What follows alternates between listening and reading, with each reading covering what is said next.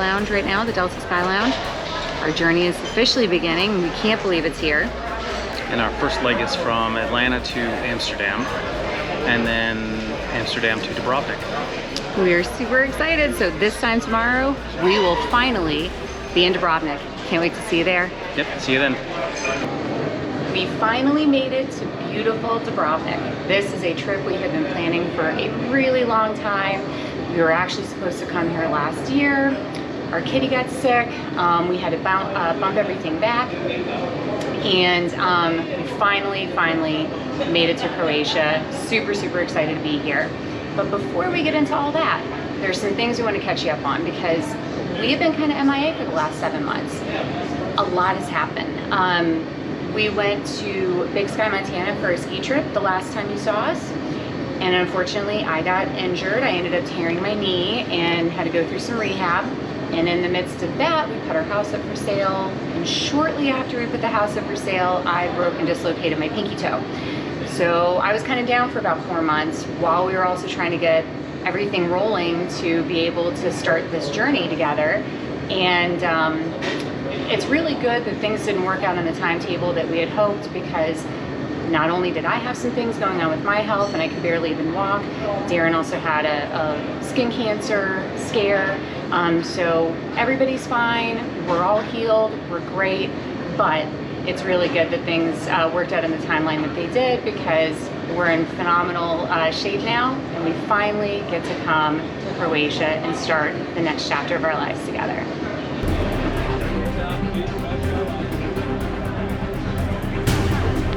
So to pick up where Nina left off, it definitely took us longer than to sell our house than we had hoped. But in doing so, it gave us a lot of time to plan for this trip, and we'll get into more about this trip and what we're doing. But in the midst of all that, we finally sold our house, we sold our cars, we quit our jobs, and we said goodbye to our friends and family. All right, so now you're caught up in the process of all that it took for us to get here. So what does our future have in store for us? Darren? This is our new life. This is what we're doing. We have obviously a YouTube channel, but this is now our full-time job. And it's starting here in Croatia, and then we're going to move to other places around the country, around the world. And you're just going to have to follow along to see where it leads us next. Well, we have some really, really fun and exciting trips planned for the next several months and for the next several years. So be sure to follow along every single week so you don't miss out on anything, and help support our channel, because when you support us, we can continue doing these things and bring you to all the amazing places that we're getting to check out. So a little teaser is this next year we plan to reach 6 continents. Before Thanksgiving, we'll be in 10 different countries, and we have a lot of really exciting bucket list items that we're going to be ticking off of our bucket list before this first year is up.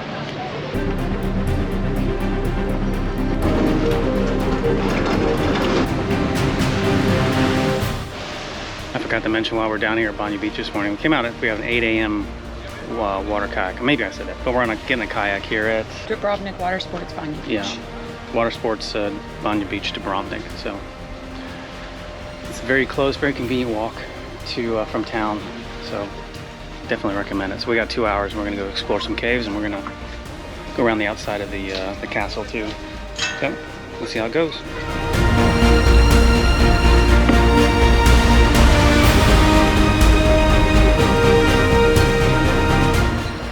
Heading right to this cave right here.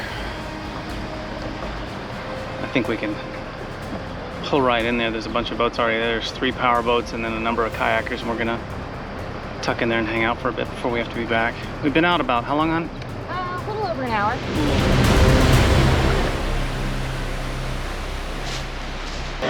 So we came to a place called Holy Burek in Dubrovnik. This is, I guess, where you can get something that's like Croatian street food. I got one that is filled with cheese, and Darren got one that is filled with chicken. So if you are kind of on a budget, this could definitely be a great option for you. fountain you can fill up with, obviously fill up your water bottles. And it's safe. All right, so tonight we've decided to enjoy a gorgeous sunset picnic, if you will, up on Mount Surd. I don't know if I'm saying that right. It's SRD in Dubrovnik, Mount Surd. It's supposed to be a phenomenal spot to watch sunsets over the town and over the Adriatic. And there's a really nice restaurant up there as well. It's called the Panorama Restaurant. Unfortunately, you have to book well in advance because we're here in the high season. We checked several weeks ago. The restaurant was fully booked up already, so we couldn't get a reservation. But we did get some really cool things from a little local shop, and we're going to enjoy some sandwiches and Prosecco, picnic style, while we watch the sunset.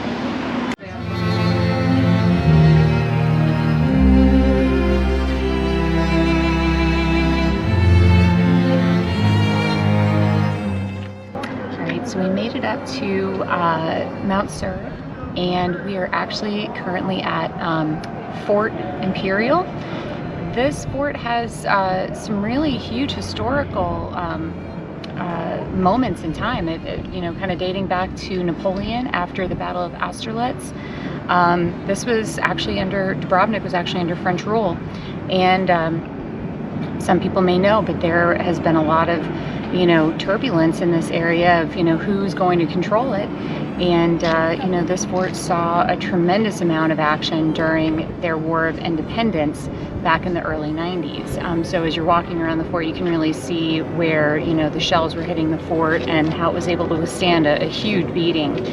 So huge history in this fort, and it's now turned into a museum that you can enter for just a few euro person and learn all about the history of the fort, and make a contribution to keeping this fort preserved for future generations to learn about the history here. It's a really cool experience, and this is a fantastic place to watch the sunset.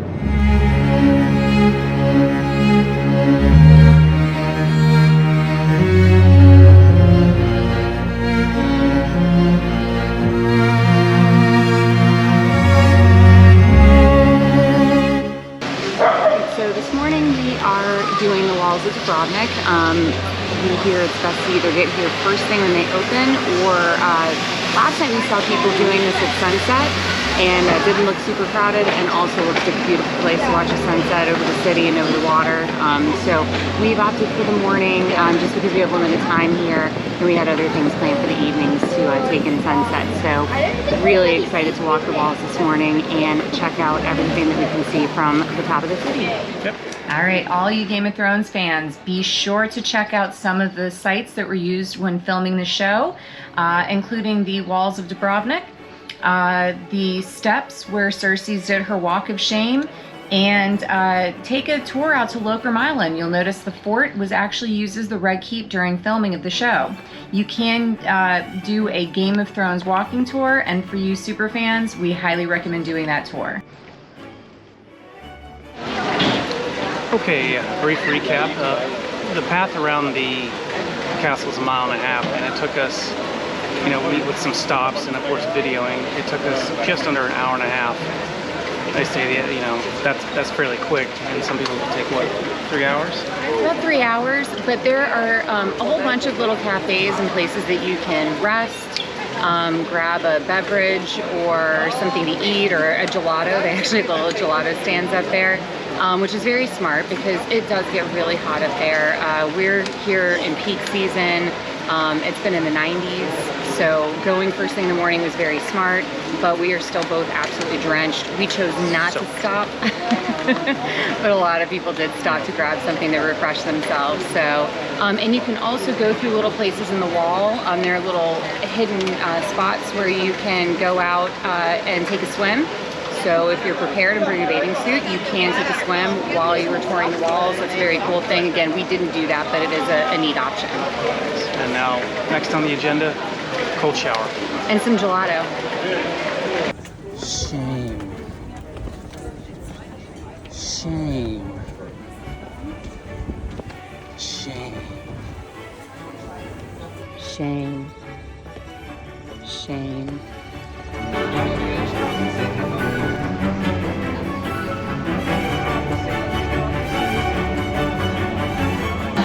Cheers. Cheers.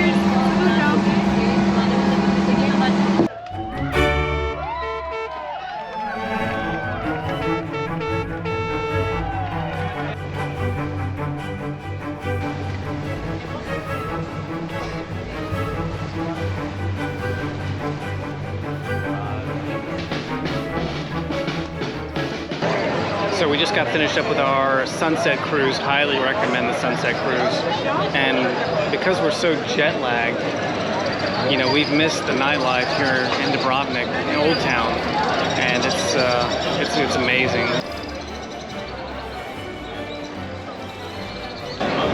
Alright, so Dubrovnik feels like a completely different city at night. Everything is lit up, it's beautiful. It's actually cool enough to be out and enjoying what you're doing and not just sweating half to death like we were earlier in for the last couple days.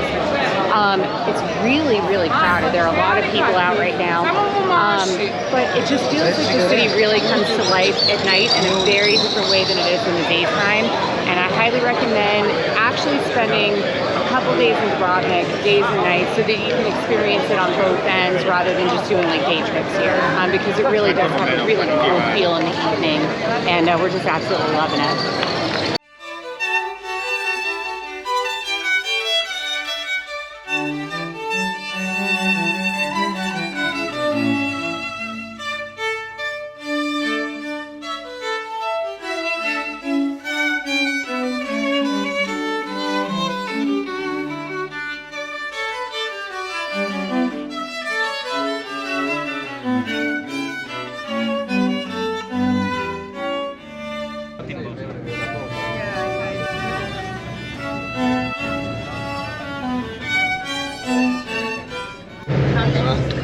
Okay, we just officially crossed the Bosnia and Herzegovina border, and we're heading north to Mostar.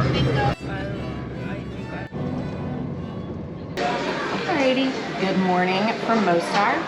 We are at the restaurant for our hotel for breakfast. We are told that we're having a Turkish breakfast this morning, which we just looked up.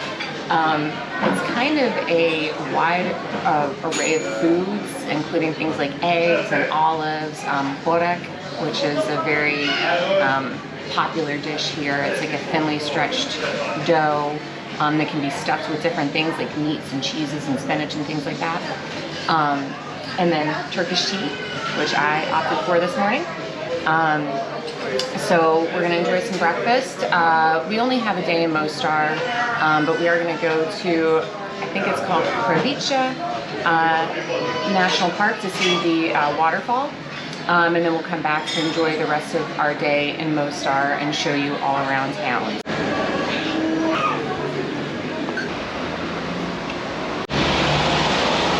Yep, so we're headed to the meeting point where we're going to get our van. We're walking down through downtown Mostar at the moment, and it's almost 95 degrees at 10:30. This is apparently very typical. Summer's here, really hot. It's not out of the ordinary for temperatures to be over 100 degrees. So if you're planning a vacation to Mostar and Bosnia and Herzegovina in general, just be aware that in the summers it is extremely hot and you want to prepare accordingly. You know, what you do see still here in Mostar is remnants from the war.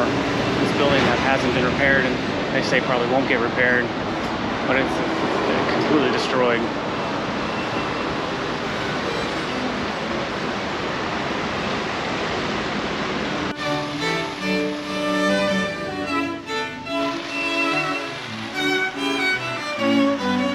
This city where I spent my whole life in, which is Mostar. Because Mostar is very unique case when it comes to national separation inside of the city. It's very similar situation like inside of the country. So while I explain the country, and when we go back to Mostar, when it comes to explaining things, you'll be able to understand it somewhat better because you will realize what's going on inside of the country. So with that said, my name's Zaid, as you've seen from my message. I'm 24 years old and I'm still relatively new to this job. I've been working as a tour guide for approximately a month, maybe even less.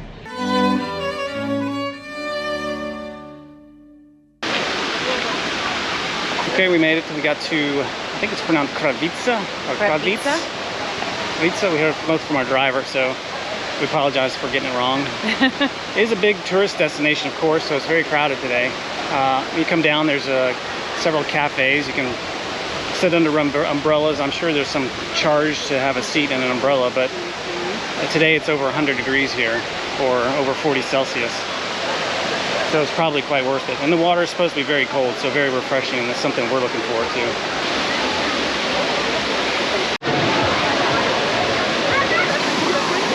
So we made it down to Kravica Falls. Really pretty spot. The water here is chilly. Year-round, apparently, it never really gets warmed up, but it's so refreshing on a day like today. As you can see, it's very crowded here. It's a hot summer day. It's a Friday, so just be prepared if you're coming here. There's probably going to be a big crowd. It's a really popular spot.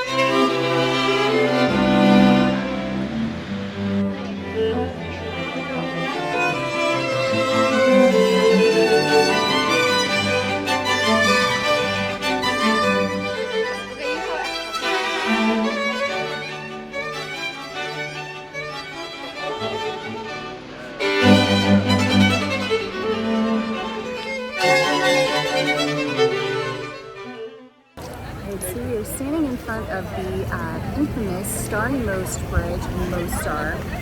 This is a 16th century bridge that was built by the Ottomans during the Ottoman Empire and was destroyed back in the early 90s, 93.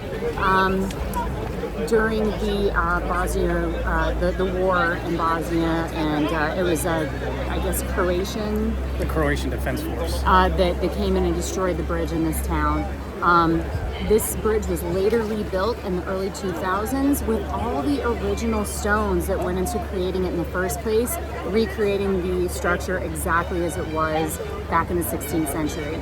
And shortly thereafter, it was named a UNESCO World Heritage Site. So hopefully the bridge will be protected from here on out and won't be destroyed again in the future. It really is spectacular. Yeah, if you get here on the right time of the day or get lucky, a lot of the locals tend to get up on the top up there, you can see, and jump off for a little bit of a donation, you could say.